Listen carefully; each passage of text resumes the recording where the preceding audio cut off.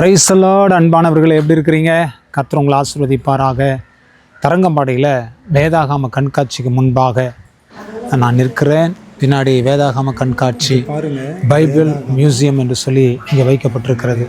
இதுக்குள்ள அந்த நாட்களில் உருவாக்கப்பட்ட பைபிளுங்க, மிஷனரிமார்களுடைய ஃபோட்டோங்க, பல காரியங்கள் இந்த இடத்துல வச்சுருக்கிறாங்க.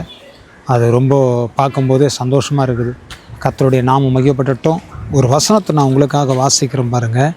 கர்த்தர் நம்மோடு கூட பேசி கர்த்தர் பெரிய காரியத்தை செய்வார். ரூத்தின் புத்தகம் 3ஆம் அதிகாரம் 10ஆம் வசனத்தை வாசிக்கிறேன். அதற்கு அவன், மகளே, நீ கர்த்தரால் ஆசீர்வதிக்கப்படுவாயாக. நீ தரித்திரரும் ஐஸ்வர்யவான்களுமான வாலிபர்களின் பிறகே போகாததினால் உன் முந்தின நற்குணத்தை பார்க்கிலும் உன் பிந்தின நற்குணம் உத்தமமாக இருக்கிறது. பாருங்கள், இந்த வசனம் சொல்லுகிறது, உன்னுடைய முந்தின நற்குணத்தை பார்க்கலாம் அந்த பிந்தின நற்குணம் எப்படிப்பட்டதாக இருக்கிறதா வசனம் சொல்லுகிறது, உத்தமமாக இருக்கிறது. இங்கே இருக்கிற அநேக மிஷனரிமார்கள், இந்த இடத்துல ஊழியம் செஞ்சவங்கெல்லாம் அந்த நாட்களில் உலகத்தின் பூர்வமாக பாவத்தையும் உலக காரியத்தை செய்யாமல் கர்த்தரோடு கூட இருந்து ஊழியம் செஞ்சதுனால நன்மையான காரியங்களை இவங்கெல்லாம் சாதிச்சிருக்கிறாங்க.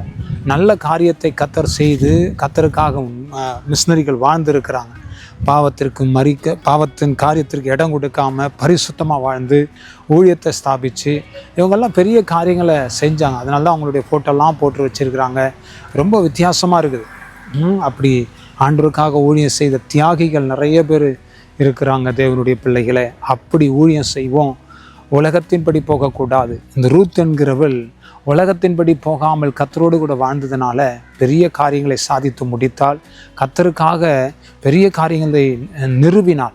அப்படி நாம் நிறுவுவோம், கர்த்தருக்காக சாதிப்போம், பெரிய காரியத்தை கர்த்தர் செய்வார். செபிக்கலாமா? நல்ல தகப்பனே, இந்த வசனத்தின்படி, இந்த வார்த்தையின்படி இந்த பிள்ளைகளை ஆசீர்வதித்து உமக்காக சாதிக்கிற ஒரு பிள்ளைகளாக, உமக்காக பெரிய காரியங்களை செய்கிற ஒரு பிள்ளையாக உடைய பிள்ளைகளை ஆசீர்வதித்து கனப்படுத்துங்க. கர்த்தருடைய நாமத்தை மையப்படுத்தி கொள்ளுங்க. உடைய பிள்ளைகளை ஆசீர்வதிங்க, பொறுப்படுங்க. தேவன் நாமம் மையப்படட்டும். தாழ்த்துக்கிறோம், அர்ப்பணிக்கிறோம், ஒப்பு கொடுக்கிறோம். இயேசு கிறிஸ்துவின் நாமத்தினால் ஆசீர்வதி ஜெபிக்கிறோம் நல்ல பிதாவே. ஆமென், ஆமென், ஆமென். God bless you. கர்த்தர் உங்களை ஆசீர்வதிப்பார்.